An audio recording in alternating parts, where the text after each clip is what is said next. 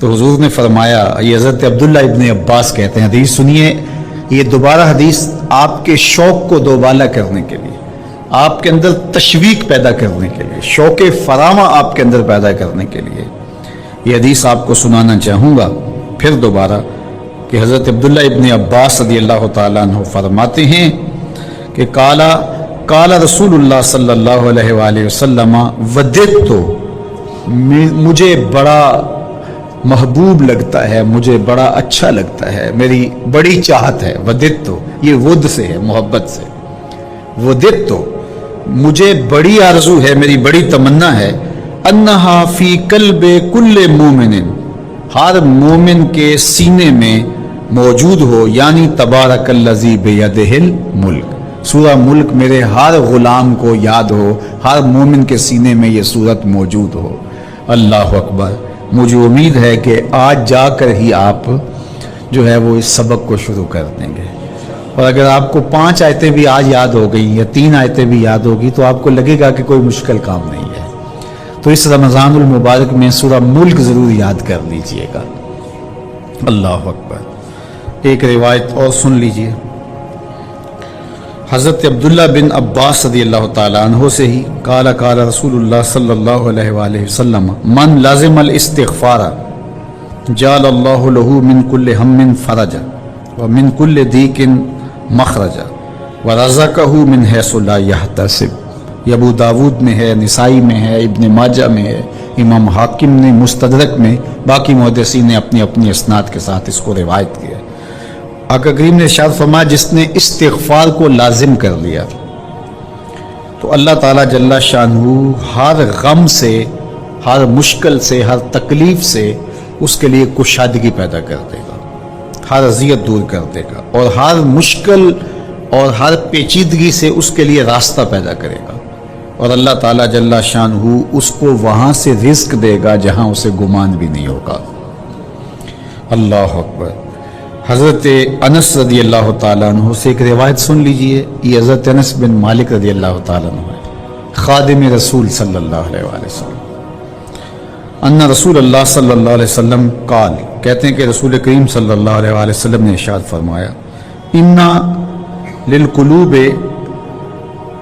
صدا صداً کصداء النحاس وجلاؤها الاستغفار۔ فرمایا کہ جس طرح تانبے کو، لوہے کو، دھاتوں کو زنگ لگتا ہے، اس طرح دلوں کو بھی زنگ لگتا ہے، اور فرمایا زنگ کو اتارنے کے لیے جو چیز بنائی گئی ہے وہ استغفار ہے۔ تو استغفار دلوں کا زنگ اتارتا ہے۔ قرآن مجید کی تلاوت، کثرت ذکر، موت کی تذکیر اور استغفار، یہ دلوں کا زنگ اتارتا ہے۔ اللہ اکبر۔ تو یہ آپ کے سامنے جو احادیث رکھی گئی ہیں، اللہ ہمیں ان سب پہ عمل کی توفیق عطا فرمائے۔ کثرت کے ساتھ لا الہ الا اللہ اپنے معمولات زندگی میں شامل کریں، یہ تجدید ایمان کا ذریعہ ہے۔ اسی طرح سبحان اللہ و بحمدہ یہ دن میں 100 مرتبہ اپنے معمولات میں شامل کر لیں۔ اگر سمندر کی جھاگ سے بھی زیادہ یا اس کے برابر بھی گناہ ہوئے تو یہ کلمات صرف 100 مرتبہ پڑھنے سے سارے گناہ بخش دیے جاتے ہیں۔ اسی طرح لا الہ الا اللہ، درود شریف کی کثرت، سورہ ملک کو یاد کرنا اور سورہ یاسین کی تلاوت کرنا 10 قرآن مجید پڑھنے کے ثواب کے برابر۔ تو یہ اتنا خزانہ آج کی اس نشست میں آپ کو دے دیا گیا ہے، اور آپ اس پہ عمل پیرا ہو کر کے کوشش کریں۔ کل انشاءاللہ پھر درس ہوگا، تو اگر آپ 5 آیتیں یاد کر لیں اس کی، سورہ الملک کی، تو درس سے قبل یہ سبق جو آج دیا گیا ہے وہ سن سکتا ہوں میں نا۔ اللہ آپ کو جزائے خیر عطا فرمائے۔ تو یہ یاد کر لیں ماہ صیام کے اندر، انشاءاللہ آپ کو بڑا نور نصیب ہوگا۔ بہت ساروں کو تو یاد ہوگی، اور جس کو نہیں ہے تو پڑھنا تو آج سے شروع کر دیں سورہ ملک روزانہ۔ لیکن باقی حضور کی جو آرزو تھی، حضور نے ایک تمنا کی ہے، حضور کے دل میں ایک خواہش تھی کہ اگر یہ ہو جائے تو امت کے بھلے کی بات ہے، تو فائدہ تو ہمارا ہوگا، خوش حضور ہو جائیں گے۔ اللہ اکبر۔ تو فرمایا کہ میری آرزو ہے کہ میرا ہر امتی سورہ ملک اپنے سینے میں سمو لے۔ اللہ سورہ ملک کا جمال بھی دے، اس کی تلاوت کا نور بھی نصیب فرمائے، صحت لفظی کے ساتھ اس کو پڑھنے کی، اس کو یاد کرنے کی توفیق نصیب فرمائے۔ وہ سینہ قبرستان کی طرح ہے جس میں قرآن کی کچھ آیات نہیں ہیں، تو اس لیے اپنے سینے کو منور کریں، آباد رکھیں۔ اللہ آپ کو اپنی خاص عنایات نصیب کرے۔ وصلی اللہ تعالی علی النبی الامین وآلہ واصحابہ اجمعین۔ الحمدللہ رب العالمین والصلاة والسلام علی اشرف الانبیاء والمرسلین۔ اللہ اٹھے ہوئے ہاتھ کبھی بھی خالی نہ موڑنا، پھیلی ہوئی جھولیاں رحمتوں سے بھر دینا، بخت کی بہاریں نصیب ہوں، مقدر کی خزائیں رخصت فرما دیجیے۔ جئیں تو تیرے لیے، مریں تو تیرے دین کے لیے، اور زندگی کی آخری ہچکی تک تیرے محبوب کے وفادار رہیں۔ اللہ میرے وطن کو خیر عطا کر دے، میرے ملک کو ہر بہتری نصیب کر دے۔ اپنی خاص عنایتیں اللہ اس امت مسلمہ کا مقسوم فرما دے۔ وصلی اللہ۔ تمام تعریف و توصیف اللہ جل مجدہ الکریم کے لیے، جو خالق کائنات بھی ہے اور مالک شجاعت بھی۔ اللہ جل وعلا کی حمد و ثنا کے بعد حضور نبی اکرم شفیع امم، رسول محتشم، نبی مکرم، اللہ کے پیارے، امت کے سہارے، رب کے محبوب، دانائے غیوب، مالک رقاب امم، فخر ارب و عجم، والی کون و مقام، سیاہ لا مقام، سید انس و جان، سرور لالا رخان، نیر تاباں، سرنشین مہوشاں، ماہ خوباں، شہنشاہ حسینہ، تتمہ دوراں، سرخیل زہرہ جمالہ، جلوہ صبح ازل، نور ذات لم یزل، باعث تکوین عالم، فخر آدم و بنی آدم، نیر بطھا، رازدار ما اوہا، شاہد ما طغا، صاحب علم نشرہ، معصوم آمنہ احمد مجتبی، حضرت محمد مصطفیٰ صلی اللہ علیہ وسلم کے حضور ناز میں اپنی محبتوں اور عقیدتوں کا خراج پیش کرنے کے بعد واجب الاحترام ذوی الاحتشام برادران اسلام، السلام علیکم ورحمۃ اللہ وبرکاتہ۔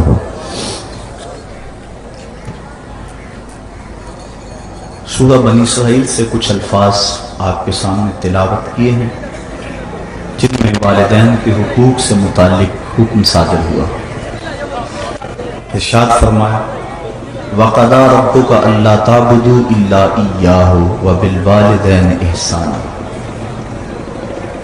تیرے رب نے حکم کیا ہے کہ اللہ کے علاوہ کسی کی عبادت نہ کرو اور والدین کے ساتھ حسن سلوک کرو۔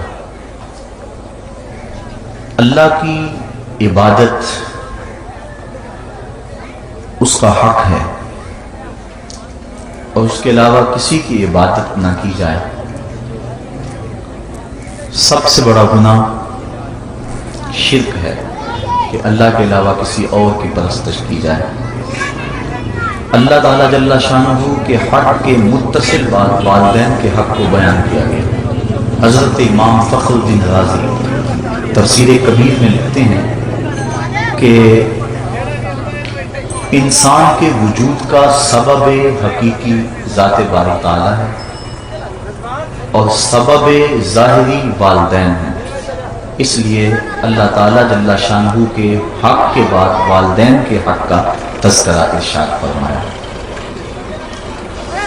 حضور نبی رحمت صلی اللہ علیہ وسلم سے صحابہ نے عرض کیا، ایک شخص نے عرض کی کہ حضور سب سے زیادہ میرے احسانات کا حقدار کون ہے، میں کس سے نیکی کروں؟ قال امہ کا، فرمایا تیری ماں۔ قال ثم من، پھر کون؟ قال امہ کا، فرمایا پھر بھی تیری ماں۔ قال ثم من، عرض کی حضور پھر کون؟ قال امہ کا، فرمایا تیری ماں۔ کالا سمما کالا آبا، فرمایا تیرا باپ، پھر اس کے بعد جو قریبی ہے، پھر اس کے بعد جو قریبی ہے۔ تو والدہ کے 3 حق بیان کیے اور باپ کا 1 حق بیان کیا۔ اس کی وجہ مفسرین نے یہ بیان فرمائی ہے کہ ماں اولاد کے لیے 3 تکلیفوں سے گزرتی ہے: ایام حمل کی تکلیف، ایندھن ولادت وہ تکلیف، اور پھر تربیت کی تکلیف، اور والدین تیسری تربیت کی تکلیف میں تکلیف باپ برداشت کرتا ہے۔ اس لیے 3 حق ماں کے بیان کیے اور 4تھا حق جو ہے وہ باپ کا بیان کیا۔ لیکن اس کے ساتھ ساتھ یہ بات بھی ذہن نشین رہے، ماں کی خدمت میں بیٹا باپ سے اولویت دے، کوئی چیز باہر سے لے کر آئے تو پہلے ماں کو پیش کرے پھر باپ کو دے، لیکن حکم میں باپ کو ترجیح دے۔ یعنی اگر 2 باتوں میں اختلاف پیدا ہو گیا، ماں کہتی ہے یہ کرو، بیٹا کہتا ہے، باپ کہتا ہے یہ کرو، بیٹا پھنس گیا، اذیت میں مبتلا ہے، کیا کرے؟ ان میں سے ایک ہی بات کو ماننا ہوگا، دونوں کی باتوں کو ماننا ممکن نہیں ہے کیونکہ باتیں مختلف ہیں۔ تو اب وہ کیا کرے؟ ماں کی بات مانے یا باپ کی بات مانے؟ اور ان میں سے ایک کو ماننا ہے بھی ضروری۔ اس وقت علماء نے کہا کہ اس وقت باپ کی بات کو ترجیح دے، کیونکہ الرجال قوامون علی النساء، گھر کا حاکم باپ ہے، ماں نہیں، تو حکم میں باپ کو ترجیح دے، خدمت میں ماں کو ترجیح دے۔ ویسے ماں باپ کو چاہیے کہ اولاد کو ایسی مشقت میں نہ ڈالیں کہ وہ مصیبت میں پھنس جائیں۔ میں ایک مفسر کا قول پڑھ رہا تھا، وہ کہتے ہیں 40 سال گزر گئے ہیں، میں نے اپنی اولاد کو کبھی کوئی حکم ہی نہیں دیا، اس ڈر سے کہ کہیں وہ میرے حکم کی نافرمانی کر کے اللہ کی رحمتوں سے محروم نہ ہو جائے۔ چونکہ والدین کی رضا میں اللہ کی رضا، حضور نے ارشاد فرمایا رضا الوالد، رضا اللہ فی رضا الوالدین وسخط اللہ فی سخط الوالدین۔ اللہ کی رضا والدین کی رضا میں ہے اور اللہ کی ناراضگی والدین کی ناراضگی میں ہے۔ جس پہ والدین راضی ہو گئے سمجھ لو خدا اس پہ راضی ہو گیا، اور جس پہ والدین راضی نہیں ہیں چاہے وہ جتنے مرضی لمبے سجدے کرتا رہے، اس کا رب عرش کا رحمان اس پہ راضی نہیں ہو سکتا۔ اللہ کے حبیب صلی اللہ علیہ وسلم نے ارشاد فرمایا الا انبئکم باکبر الکبائر، لوگوں تمہیں بڑے بڑے گناہوں کی خبر نہ دے دوں؟ صحابہ نے عرض کی کیوں نہیں یا رسول اللہ، آپ ارشاد کریں۔ فرمایا الاشراک باللہ وعقوق الوالدین وجلس وکان متکئا قال الا وقول الزور والشہادۃ الزور۔ حضور فرمایا ایک اللہ کے ساتھ کسی کو شریک ٹھہرانا، اور دوسرا کسی انسان کو قتل کرنا، تیسرا والدین کی نافرمانی کرنا۔ اور حضور اس موقع پہ ٹیک لگائے بیٹھے تھے، ٹیک چھوڑ کے آگے ہو گئے، وجلس وکان متکئا، آگے ہو گئے، اور حضور نے 3 مرتبہ اس بات کو کہا، اور پھر فرمایا اور جھوٹی گواہی دینا اور جھوٹی شہادت دینا۔ تو یہ وہ ہیں جو بڑے بڑے گناہ ہیں۔ میں نے ایک روایت میں پڑھا ہے حضور نے ارشاد فرمایا جنت کی خوشبو 1000 سال کی مسافت سے آنا شروع ہو جائے گی۔ جب لوگ جنت میں جائیں گے تو 1000 سال کی مسافت دوری ہوں گے کہ جنت کی خوشبو آنا شروع ہو جائے گی، لیکن 4 اشخاص ہیں جو جنت کی خوشبو نہیں پا سکیں گے۔ وہ کون کون سے ہیں؟ ایک قاطع الرحم، جو رشتہ داریاں توڑتا ہے، کبھی اس سے لڑائی، کبھی اس سے لڑائی، کبھی اس سے لڑائی، حالانکہ حکم ہے سل من قطعک وات من حرمک، جو تجھ سے تعلق توڑے تو اس سے تعلق جوڑ، جو تجھے محروم رکھے تو اس کی جھولیاں بھر دے۔ تو جو رشتہ داریوں کو توڑتا ہے، مقدس رشتوں کو پامال کرتا ہے، بلکہ والدین کے حوالے سے یہ بات بھی سن لیں، بعض اوقات والدہ اپنی بہن سے ناراض ہو جاتی ہے، باپ اپنے بھائیوں سے ناراض ہو جاتا ہے، تو اولاد کو کہتا ہے کہ نہ ملنا، اپنے جو ہے وہ چچا تائے سے نہ ملنا، ماں کہتی ہے اپنی خالہ سے نہ ملنا، تو اب کیا حکم ہے، ملے کہ نہ ملے؟ تو علماء نے اس پہ گفتگو فرمائی ہے کہ قطع رحمی حرام ہے، اور ماں قطع رحمی کا حکم دے رہی ہے، کہتی ہے، اور بندہ سوچتا ہے، بچہ سوچتا ہے کہ میری خالہ تو میری ماں کے پیچھے، میرے چچا میرے تائے تو میرے باپ کے پیچھے ہیں، جب باپ نہیں ملتا تو میرے کیا لگتے ہیں، جب ماں نہیں ملتی تو خالہ اور ماموں میرے کیا لگتے ہیں؟ تو وہ ماں کے پیچھے اور باپ کے پیچھے لگ کر ان عظیم رشتوں کو چھوڑ دیتا ہے، جبکہ لا طاعت المخلوق فی معصیت الخالق، خالق کی معصیت میں مخلوق کی اطاعت نہیں ہوگی۔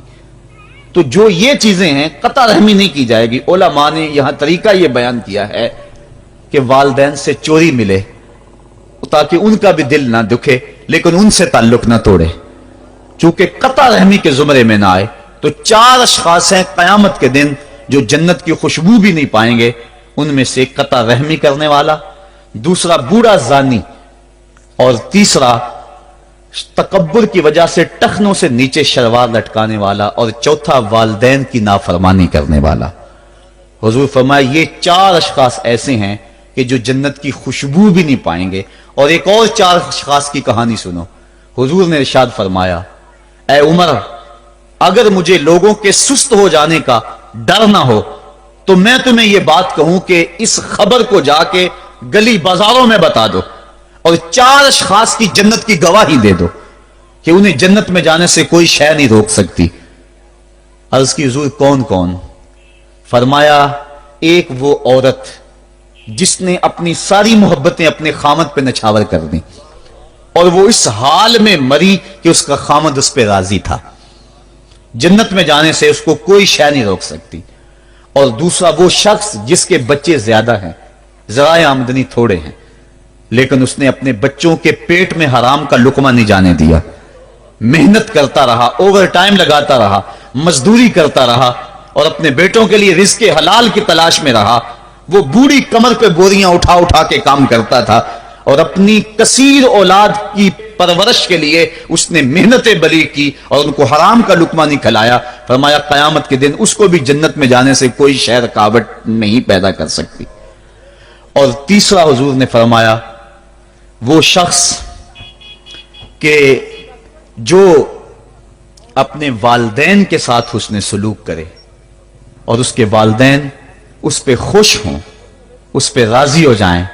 اور چوتھا وہ شخص کہ جس نے ایسی سچی توبہ کی کہ گناہوں کی طرف پلٹنا اس کے لیے اتنا مشکل تھا جس طرح جانور کے تھن سے نکلا ہوا دودھ واپس نہیں جا سکتا، وہ گناہوں کی دنیا میں دوبارہ نہیں جا سکتا. تو یہ فرمایا یہ 4 شخص ایسے ہیں عمر اگر اس بات کا ڈر نہ ہو کہ لوگ سست پڑ جائیں گے تو ان 4 اشخاص کے بارے میں شہادت دے دو کہ یہ دنیا پہ چلتے پھرتے جنتی. تو ماں باپ کی خدمت کرنے والا، ماں باپ کو راضی رکھنے والا یقیناً اللہ کی نعمتوں کا حقدار ہے. وہ بدبخت ہیں بیٹے جو ماں باپ کو راضی نہیں رکھتے. اللہ کے حبیب صلی اللہ علیہ وسلم کی خدمت میں ایک شخص حاضر ہوا اور اس نے اذن جہاد طلب کیا. حضور میں جہاد پہ جانا چاہتا ہوں، مجھے اجازت مرحمت فرمائے. حضور نے فرمایا احی والدا کا، کیا تیرے والدین زندہ ہیں؟ کالا نعم. عرض کی ہاں حضور میرے والدین زندہ ہیں. کالا ففیہما فجاہد، کہا جا ان کی خدمت کر، یہی تیرا جہاد ہے.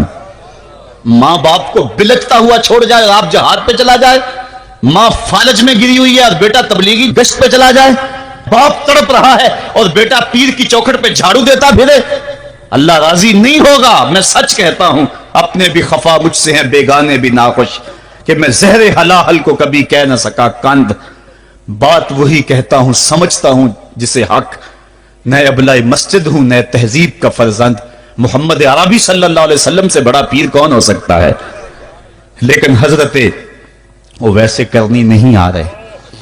آقا کریم اپنے بٹن کھولتے ہیں اور کرن کی طرف، یمن کی طرف رخ کر کے لمبی سانسیں لیتے ہیں اور کہا میں رحمان کی خوشبو پا رہا ہوں. ایک دن صحابہ نے پوچھا بندہ نواز جس کے لیے تڑپتے ہو، جس کی ٹھنڈی ہوائیں آپ کو آ رہی ہیں، وہ آپ کا بڑا پیار کرنے والا ہے. کہا ہاں میرے سے بڑی محبت کرتا ہے.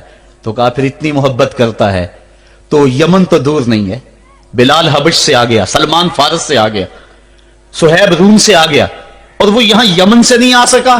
فرمایا اس کی بوڑھی اور نابینا ماں ہے جس کی خدمت اس کو نہیں آنے دیتی. اللہ اکبر. اب حضرت اویس کرنی نہیں آئے لیکن خیر التابعین کہلائے. آئے نہیں لیکن حضور ان کی یاد میں تڑپ رہے. اللہ، بلکہ حضور نے فرمایا کہ کوئی جائے اویس بن عامر کو ملے اور جب ملے تو اس کو کہنا میری امت کی بخشش کی دعا کرے. جو ماں باپ کی خدمت کرتا ہے اس سے ثابت ہوا اس کی دعائیں قبول ہوتی ہیں. میں نے ایک روایت میں پڑھا ہے کہ جو آدمی روزانہ اپنے والدین کے لیے دعا کرے، والدین زندہ ہوں تب بھی، والدین فوت ہو گئے ہوں تب بھی، یہ عادت بنا لے روزانہ ماں باپ کے لیے دعا کرے، ساری زندگی اس کے رزق میں بے برکتی نہیں آئے گی، اللہ اس کو رزق کی فراوانی عطا کر دے گا۔ اور جو والدین کے لیے دعا نہیں کرتا اللہ تعالیٰ کی رحمتوں سے محروم ہو جاتا ہے۔ حضرت ابو ہریرہ رضی اللہ تعالیٰ عنہ جب بھی ہاتھ اٹھاتے تھے تو یہ دعا کرتے تھے، اللہم اغفر لابی ہریرہ ولامی ولمن استغفر لہما، اے اللہ ابو ہریرہ کو بخش دے، حضرت ابو ہریرہ کی ماں کو بخش دے، اور قیامت تک جو ہم دونوں کے لیے بخشش کی دعا کرے اس کو بھی بخش دے۔ حضرت امام محمد بن سیرین ایک بزرگ ہوئے تابعی، جب بھی دعا کرتے تھے یہ دعا ضرور کرتے تھے، اے اللہ ابو ہریرہ کی بخشش کر دے۔ کسی نے کہا کہ تمہیں ابو ہریرہ رضی اللہ تعالیٰ عنہ ان کی ماں سے بڑی ہمدردی ہے؟ کہا ان سے جو ہمدردی ہونی ہے وہ تو ہونی ہے۔ انہوں نے کہا ہوا ہے اللہ ابو ہریرہ اور ان کی ماں کو بخش دے، جو ان کے لیے دعا کرے اس کو بھی بخش دے۔ تو میں دعا کر کے اپنی بخشش پکی کر رہا ہوں۔ تو والدین کے لیے دعا کرنا اللہ کی رحمت کو دعوت دینا ہے۔ تو فرمایا کہ جاؤ اویس بن عامر کو جانا اور جا کے اس کو میری امت کے لیے دعا کا کہنا۔ حضرت سیدنا عمر فاروق حضرت علی المرتضیٰ گئے، جا کے ڈھونڈا، تلاش کیا، اویس بن عامر ملے، حضور کا سلام کہا، بس پھوٹ پھوٹ کے رونے لگے۔ کہا بتاؤ میرے رسول کے لبوں پہ میرا نام کیسے آیا تھا؟ حضور میرا جب تذکرہ کرتے تھے کیسے کرتے تھے؟ یہ درد دیکھا تو بولے کہ کیا آپ اتنی محبت رکھتے ہیں تو پھر ملنے کیوں نہیں آئے حضور کو؟ اتنا جو پیار رکھتے ہیں تو زیارت کرنے کیوں نہیں آئے؟ تو حضرت اویس کرنی نے بات کے رخ کو بدلا، کہا تم نے میرے رسول کو دیکھا؟ تم نے میرے رسول کی زیارت کی ہے؟ کہا ہاں ہم تو صبح و شام وہاں رہے ہیں۔ کہا پھر بتاؤ حضور کے یہ ابرو جڑے ہوئے تھے یا کھلے ہوئے تھے؟ اب دونوں حیران ہو گئے۔ کہا تم نے تو دیکھا میں نے تو دیکھا نہیں، تم بتاؤ نا، پھر میں تو گیا نہیں، مجھے کہتے ہو گیا نہیں، تم بتاؤ حضور کے ابرو جڑے ہوئے تھے یا کھلے ہوئے تھے؟ حیران ہیں۔ کہا حضور آپ ہی بتلائیے۔ کہا کوئی دور سے دیکھتا تو جڑے ہوئے نظر آتے، قریب آ کے دیکھتا تو کھلے ہوئے نظر آتے۔ یہ وہ ہے جو ماں کی خدمت کرتا رہا اور حضور کے دربار میں حاضر نہیں ہو سکا، لیکن حاضری اس کی تھی، وہ جہاں بھی تھا وہ نبی کے قرب میں تھا۔ تو اس لیے ماں باپ کی خدمت اتنا بڑا وظیفہ ہے۔ حضرت بایزید بستامی کہتے ہیں میں نے حق معاف کروا لی اپنی ماں سے، کہ ماں تیرے حق ادا کروں یا اللہ کے حق ادا کروں؟ تو مجھے اپنے حق معاف کر دے، میں اللہ سے اپنے حق معاف کروا لیتا ہوں، اپنی اللہ کو راضی کر لیتا ہوں۔ جنگلوں میں گھومتے رہے، 12 سال بیت گئے، ایک دن دوبارہ آئے، بستام کی سمت سے گزرے، خیال آیا چلو ماں کو سلام کر جاؤں۔ تہجد کا وقت تھا، رات کا وقت تھا، دروازے پہ کھڑے رہ گئے کہ میری ماں سوئی ہوگی، میں نے کبھی کوئی خدمت نہیں کی ماں کی، تو اب اٹھا کے تکلیف کیوں دوں؟ ساری رات کھڑے رہے۔ جب تہجد کا وقت گزرا تو نالی سے پانی آیا، سمجھ گئے کہ میری ماں تہجد کے لیے اٹھی ہے، دروازے کے قریب ہو گئے تو ماں نے ہاتھ اٹھا لیے، کہا اللہ میرا بیٹا بایزید تیری طلب میں نکلا ہوا ہے، میں نے اسے اپنے حق معاف کر دیے، تو اس کو اپنا وصال عطا کر دے۔ حضرت بایزید دروازہ کھٹکھٹانے لگے اور ماں کے قدموں میں لپٹ گئے اور رو کے کہنے رہے جس رب کو میں جنگلوں میں تلاش کرتا ہوں وہ تو رب میری ماں کے پاس ہے۔ تو ماں کی دعاؤں میں اللہ کی رضا ہے، ماں راضی ہو جائے تو سمجھ لو خدا راضی ہے۔ اللہ تعالیٰ جل شانہ نے ارشاد فرمایا وَقَضَىٰ رَبُّكَ أَلَّا تَعْبُدُوا إِلَّا إِيَّاهُ، تیرے رب نے یہ طے کر دیا ہے کہ اس کے علاوہ کسی کی پوجا نہیں کرو گے، وَبِالْوَالِدَيْنِ إِحْسَانًا، اور والدین کے ساتھ اس نے سلوک سے پیش آؤ گے۔ اِمَّا يَبْلُغَنَّ عِندَكَ الْكِبَرَ أَحَدُهُمَا أَوْ كِلَاهُمَا فَلَا تَقُل لَّهُمَا أُفٍّ وَلَا تَنْهَرْهُمَا، اگر تیرے پاس دو یا دونوں میں سے ایک بڑھاپے کو پہنچ جائیں تو پھر ان کے سامنے تو نے اف بھی نہیں کہنی اور نہ ان کو جھڑکنا ہے اور ان سے نرم لہجے میں بات کرنی ہے۔ جب ماں باپ جوان ہوں، بچوں کی ضروریات پوری کر رہے ہیں، ان کے تعلیمی اخراجات اور ان کے معاشی سارے معاملات درست کر رہے ہوں، تو اس وقت تو والدین کی بچے تعظیم کرتے ہی ہیں۔ امتحان اس وقت شروع ہوتا ہے جب ماں باپ بوڑھے ہو جاتے ہیں اور چلنے پھرنے کی سخت بھی نہیں رہتی، صرف سانس کی ایک ڈوری لٹکی رہتی ہے، اور جس طرح بچہ اپنے بدن سے مکھی بھی نہیں اڑا سکتا تھا، اب یہ حالت ماں باپ پر آ گئی اور بچے کی طرح مزاج چڑچڑا ہو گیا۔ زمانے کے حالات بدل گئے لیکن ماں کی باپ کی وہ پرانی روش ہے، وہ اسی انداز میں اسی ڈگر میں بات کرتا ہے۔ یہ آزمائش کے دن ہیں، یہ امتحان کے دن ہے، اب دیکھنا ہے والدین کی اس وقت تعظیم کون کرتا ہے۔ فرمایا اما یبلغن عندک الکبر، اگر تیرے پاس وہ بڑھاپے کو پہنچ جائیں، دونوں پہنچ جائیں یا تیری خوش قسمتی کہ دونوں میں سے ایک پہنچ جائیں یا دونوں پہنچ جائیں، تو پھر ان کی تو نے تعظیم کرنی ہے۔ کیا کیسے تعظیم کرنی ہے؟ فلا تقل لہما اف، تو نے ان کو اف بھی نہیں کہنا۔ حضرت امام فخر الدین رازی کے حوالے سے میں آج ہی صبح یا گزشتہ شب اف کی تشریحات دیکھ رہا تھا، انہوں نے 12-13 اقوال بیان کیے ہیں، لیکن 2 قول فرماتے ہیں اف یہ ہے کہ انسان کے بدن کے اوپر جو شفاف رہتا ہو، صاف رہتا ہو، مٹی پڑ جائے، ریت کا ذرہ پڑ جائے تو اس کو پھونک مار کے اس کو ہٹاتا ہے، تو وہ پھونک سے جو آواز پیدا ہوتی ہے اس کو عربی میں اف کہتے ہیں۔ تو پھر اف ہر اس چیز کے لیے منقول ہو گیا جو ناپسندیدہ ہے۔ ایک تو قول یہ ہے کہ والدین کے سامنے اس احتیاط سے رہو۔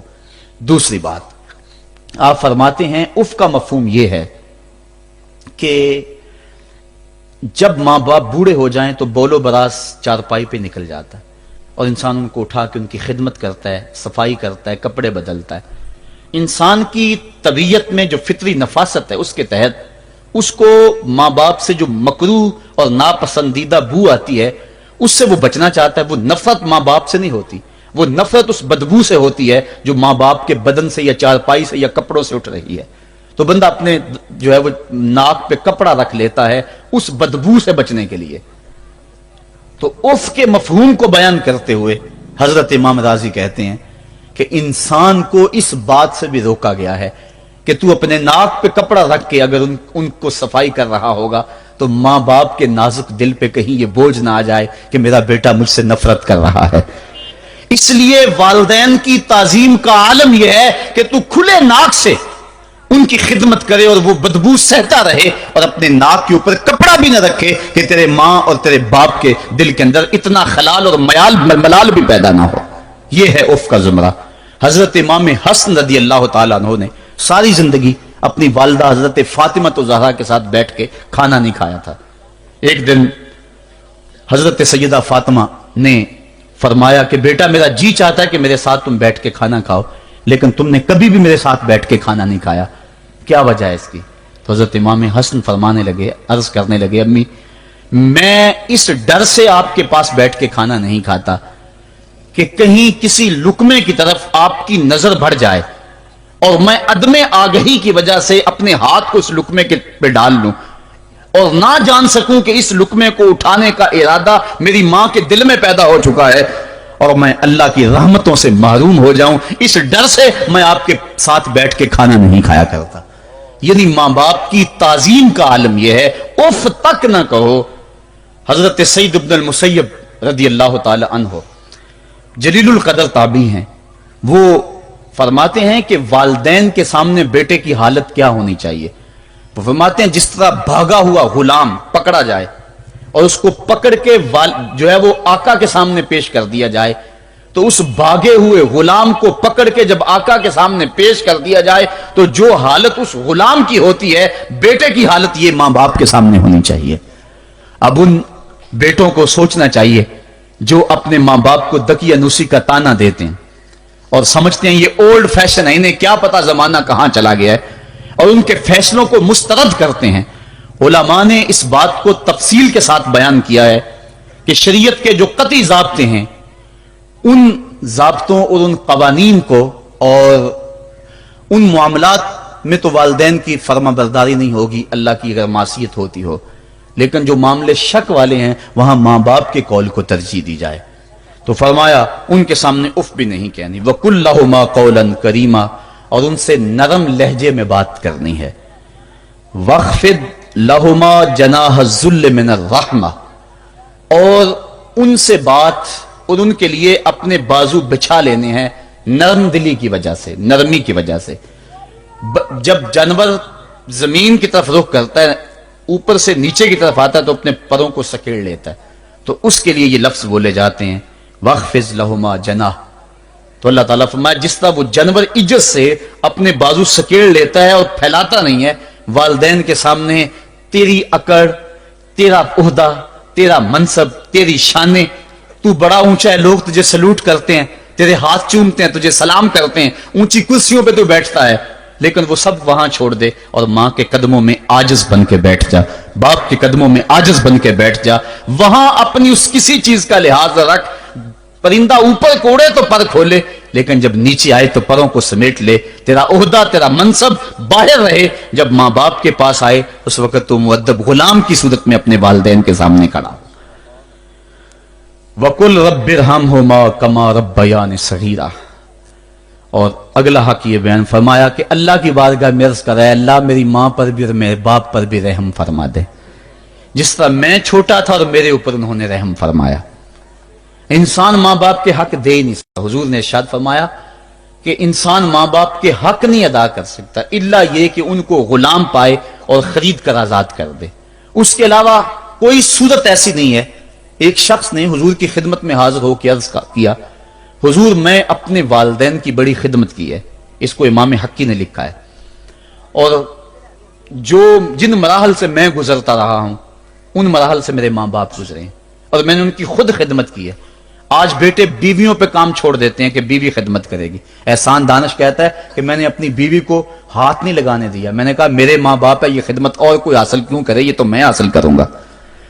تو ساری خدمت میں نے خود کی، جس طرح انہوں نے نوالے توڑ توڑ کے میرے منہ میں ڈالے میں نے بھی حضور ایسے کیا، جس طرح میرے لیے میری ماں رات جاگتی رہی میں بھی اپنی ماں کے لیے جاگتا رہا۔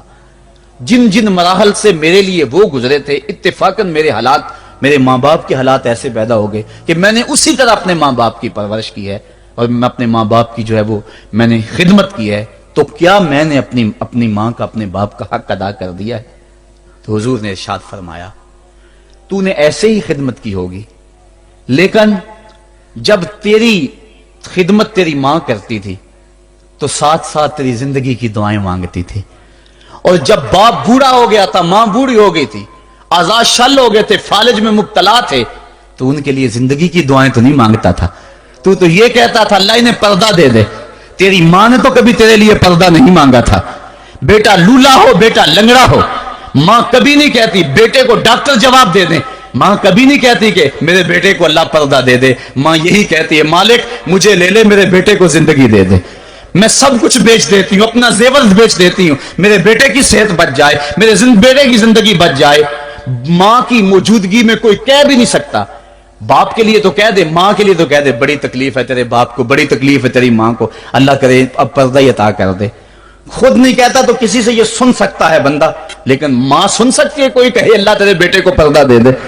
تو فرمایا جب وہ تیری خدمت کرتے تھے تو وہ تیری زندگی کی دعائیں مانگتے تھے، اور جب تو خدمت کرتا تھا تیرے دل میں ان کے پردے کی آرزو تھی۔ فرمایا تو جتنی مرضی خدمت کی ہے ماں کی خدمت کا بدل کیسے ہو سکتا ہے؟ تو ماں باپ کی خدمت انسان کر ہی نہیں سکتا تو پھر کیا کرے؟ عرض کہ اللہ میں تو خدمت نہیں کر سکتا، تو ان کے اوپر رحم فرما دے۔ ماں باپ کے لیے دعا کرے، علماء نے یہاں بیان فرمایا ماں کافر ہو تو پھر بھی دعا کرے، باپ کافر ہو تو پھر بھی دعا کرے، مومن ہو تو پھر بھی دعا کرے، گناہگار ہو پھر بھی دعا کرے، نیکوکار ہو پھر بھی دعا کرے، دعا نہ چھوڑے۔ حضرت ابو ہریرہ رضی اللہ تعالیٰ عنہ فرماتے ہیں میری ماں کافرہ تھی اور میں حضور کا غلام، اور ماں ہر وقت اپنی دھن میں اور میں اپنی دھن میں ہوں۔ حضرت ابو ہریرہ کے بھائی کوئی نہیں ہے، باپ فوت ہو گئے ہیں، بہن کوئی نہیں ہے، ابھی شادی بھی نہیں ہوئی، دنیا پہ رشتے کوئی نہیں سوائے ماں کے، گھر آتے ہیں تو ماں سے بات کرنی ہوتی ہے، جو سن کے آتے ہیں ماں سے وہ دکھ کھولنا ہوتا ہے، بات کرنی ہوتی ہے، حضور کی باتیں سنانی ہوتی ہیں، لیکن ماں ہے اتفاق سے کافرہ ہے، حضور کی بات وہ سننا گوارا نہیں کرتی۔ حضرت ابو ہریرہ کو اور بات آتی کوئی نہیں، وہ تو کرتے ہی حضور کی باتیں۔ ایک دن حضور کی بات چھیڑی، ماں کی زبان سے کوئی جملہ ایسا نکلا جو سخت تھا، گوارا نہ ہوا، چھوڑ دیا گھر کو۔ ماں تیری عظمت کو سلام، لیکن رسول اللہ کے مقابلے میں تیری کوئی شان نہیں ہے۔ گھر سے نکلے، لیکن نکلے تو پاؤں ڈگمگا رہے تھے کہ دنیا پہ ایک ہی رشتہ تھا وہ بھی جاتا رہا۔ چند قدم چلے تو دل میں خیال آیا سارے دکھوں کا جو مداوع کرتا ہے میں آقا کی بارگاہ میں یہ دکھڑا کیوں نہ بیان کر دوں۔ دریائے رحمت جوش میں تھا، وہ دلوں کی حالتیں بوجھ لینے والے آقا نے پوچھا ابو ہریرہ کیا ہے؟ عرض کی حضور میری ماں کی ہدایت کے لیے دعا کر دو۔ یہ کہا اور پھوٹ پھوٹ کے رونے لگے۔ حضور نے فوراً ہاتھ اٹھا دیے اور مسلم کے لفظ ہیں اللہم اہد ام ابی ہریرہ تا، ہے اللہ ابو ہریرہ کی ماں کو ہدایت عطا کر دے۔ بس یہ بات سنی حضرت ابو ہریرہ کا چہرہ کھل اٹھا، اپنے گھر کو دوڑ لگا دی۔ کوئی رستے میں ملا، کہا ابو ہریرہ اتنی تیز تو تم کبھی نہیں دوڑتے تھے، آج کیا ہوا؟ اتنی تیز تیز کیوں دوڑ رہے ہو؟ کہا آج ہی تو دیکھنا چاہتا ہوں کہ گھر پہلے میں پہنچتا ہوں یا میرے آقا کی دعا پہلے پہنچتی ہے۔ حضرت ابو ہریرہ فرماتے ہیں جب میں گھر پہنچا تو دروازہ بند تھا، میں نے دستک دی، اندر سے آواز آئی بیٹا ٹھہرو میں آتی ہوں۔ کہا اس لہجے کو جان گیا، اس میں محمد کی بولی بول رہی ہے۔ کہا تھوڑی دیر کے بعد میری ماں آئی، تازہ غسل کی وجہ سے اس کے بالوں سے پانی کے قطرے ٹپک رہے تھے، اور میری ماں زنجیر کھول رہی تھی، اس کے لبوں پہ شہادت کا کلمہ جاری تھا۔ تو والدین کے لیے مغفرت کی دعا کرتے رہیں، والدین کی بخشش کی دعا کرتے رہیں۔ والدین جب دنیا پہ ہوتے ہیں تو اللہ کی رحمت کا گھنا سایہ ہوتے ہیں، لیکن جب دنیا سے چلے جاتے ہیں ان کی قبر سے بھی فیض ملتا ہے اور سکون اور طمانینت ملتی ہے۔ والدین فوت ہو جائیں تو ان کے حق ختم نہیں ہو جاتے، بلکہ حدیث میں آتا ہے 4 حق ایسے ہیں والدین کے جو مرنے کے بعد بھی اولاد کے ذمہ باقی رہتے ہیں۔ الصلاۃ، ان کے اوپر نماز جنازہ پڑھی جائے۔ دوسرا حق الاستغفار لہم، ان کے لیے بخشش کی دعا کرتے رہی جائے، مسلسل دعا کی جائے بخشش کی ان کے لیے۔ اور ایک روایت میں نے پڑھا ہے اگر کوئی بندہ اس کے والدین حالت ناراضگی میں فوت ہو گئے، والدین ناراض تھے، موقع نہ مل سکا منانے کا اور والدین فوت ہو گئے، تو حدیث میں آتا ہے کہ وہ کثرت کے ساتھ، ایک تو وہ اپنی خالہ کے ساتھ، ماں اگر فوت ہوئی ہے تو باپ ہوئی ہے تو باپ کے بھائیوں کے ساتھ اس نے سلوک کرے، باپ خوش ہوگا۔ دوسرا کثرت کے ساتھ اپنے والد کے لیے استغفار، والدہ کے لیے استغفار کرتا رہے۔ جب کثرت سے استغفار ہوتا رہے گا تو اس کے والدین راضی ہوں گے، اللہ اس کے گناہ کو معاف فرما دے گا۔ دوسرا حق والدین کا یہ ہے استغفار لہم، ان کے لیے بخشش کی دعا کی جائے، حدیث میں آتے ہیں۔ تیسرا حق بر الاصدقاء، ماں کی سہیلیوں، بہنوں اور رشتہ داروں کے ساتھ، اور باپ کے دوستوں، بھائیوں اور رشتہ داروں کے ساتھ اس نے سلوک کیا جائے۔ اور چوتھا حق انجاز الوعد، وعدوں کو پورا کرنا، یعنی ماں نے یا باپ نے جو وعدے کیے ہوئے تھے، مسجد سے کوئی وعدہ تھا، مدرسے سے وعدہ تھا، کسی فلاحی تنظیم سے وعدہ تھا، کسی غریب سے اعانت کا وعدہ تھا، یا ان کا معمول تھا اعانت کرنے کا، تو جو ان کے معمولات ہیں اچھائی کے ان کو جاری رکھا جائے اور اس سلسلے کو باقی رکھا جائے۔ تو یہ 4 حق ایسے ہیں جو والدین کے مرنے کے بعد بھی اولاد کے ذمے باقی رہتے ہیں۔ والدین اللہ کی بہت بڑی نعمت ہیں، جب یہ سایہ سر سے اٹھ جاتا ہے تو پھر پتہ چلتا ہے کتنا گھنا سایہ تھا۔ صاحبو، جن کے والدین زندہ ہیں وہ ان کی زندگی کو غنیمت سمجھے، اور جن کے والدین کا گھنا سایہ ان کے سر سے اٹھ گیا ہے وہ ان کے لیے استغفار اور کثرت دعا سے ان کی رضا حاصل کرنے کی کوشش کریں۔ اللہ تعالیٰ نے والدین کی رضا میں ہی اپنی رضا کو چھپا کے رکھا ہوا ہے، اور یہ والدین اتنا بڑا سرمایہ ہے۔ میں آپ حیثیت کیا رکھتے ہیں؟ خود امام الانبیاء صلی اللہ علیہ وآلہ وسلم نے والدین کی آرزو کی ہے۔ حدیث میں آتا ہے، امام سیوطی نے اس کو الحابیل الفتاوی میں لکھا ہے، امام حیثمی نے بھی اس کو کنز الامال میں لکھا ہے۔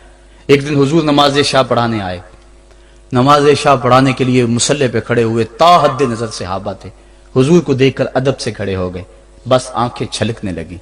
پھر حضور نے روتے روتے کہا، لو ادرکت والدی او احدہما، کاش آج میرے ماں باپ زندہ ہوتے یا ان میں سے کوئی ایک ہی زندہ ہوتا۔ انسان نے دکھوں کی زندگی گزاری ہو، بعد میں اللہ خوشحالیاں دے دے تو انسان آرزو کرتا ہے کہ کاش آج میرے ماں باپ زندہ ہوتے، میرے دکھوں بڑا دور دیکھا تھا، آج سر پہ عزتوں کی سجی ہوئی دستار بھی دیکھتے، میری غربت دیکھی تھی، دولت کی ریل پیل بھی دیکھتے، میرے گھر میں پریشانیاں دیکھی تھی، میرے گھر کے آنگن میں محبتوں کے کھلے ہوئے گلاب بھی دیکھتے۔ آرزو کرتا ہے، تمنا کرتا ہے۔ اللہ کے حبیب صلی اللہ علیہ وسلم کے والد اس وقت انتقال کر گئے تھے جب حضور شکم مادر میں تھے، والدہ اس وقت انتقال کر گئی جب عمر 6 سال تھی۔ ابوا کی ریت کے ٹیلے ہیں، مدینہ المنورہ سے واپسی ہے، حضرت آمنہ، حضرت ام ایمن اور حضور، 3 نفوس پہ مشتمل یہ قافلہ ہے، 2 اونٹ ہیں۔ حضرت آمنہ کو بخار ہو گیا، جان گئی کہ یہ میرا بخار جان لیوا ثابت ہوگا۔ ام ایمن کو بلایا، حضور کا ہاتھ پکڑ کے ان کے ہاتھ میں دیتے ہوئے کہا، ام ایمن میرے اس بیٹے کو بحفاظت امیر قریش عبد المطلب تک پہنچا دینا۔ اور پھر اپنے بیٹے کو پاس بٹھایا، سر پہ ہاتھ رکھا، پیار کرنا چاہا اور کوئی باتیں کرنا چاہیں، لیکن ضبط کے سارے پیمانے ٹوٹ گئے، آنکھوں سے آنسو نکلنے لگے۔ بیوہ ماں نے جب اپنے در یتیم کے سر پہ ہاتھ رکھا تو پھر عرب کی ریت کے ذرے بھی رونے لگے۔ سیدہ آمنہ نے روتے ہوئے چند جملے کہے جو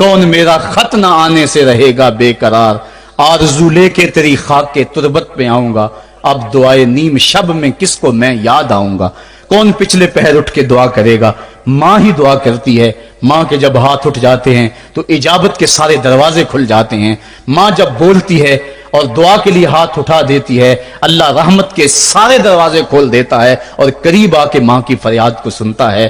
ماں کی دعا جو اولاد کے حق میں ہے، مظلوم کی دعا اور مسافر کی دعا، حدیث میں آتا ہے یہ تین دعائیں ایسی ہیں جو رد نہیں ہوتی۔ تو ماں کی دعائیں لیں، ان کی خدمت کریں اور والدین کی رضا چاہیں۔ اللہ مجھے آپ کو توفیق عمل نصیب فرمائے۔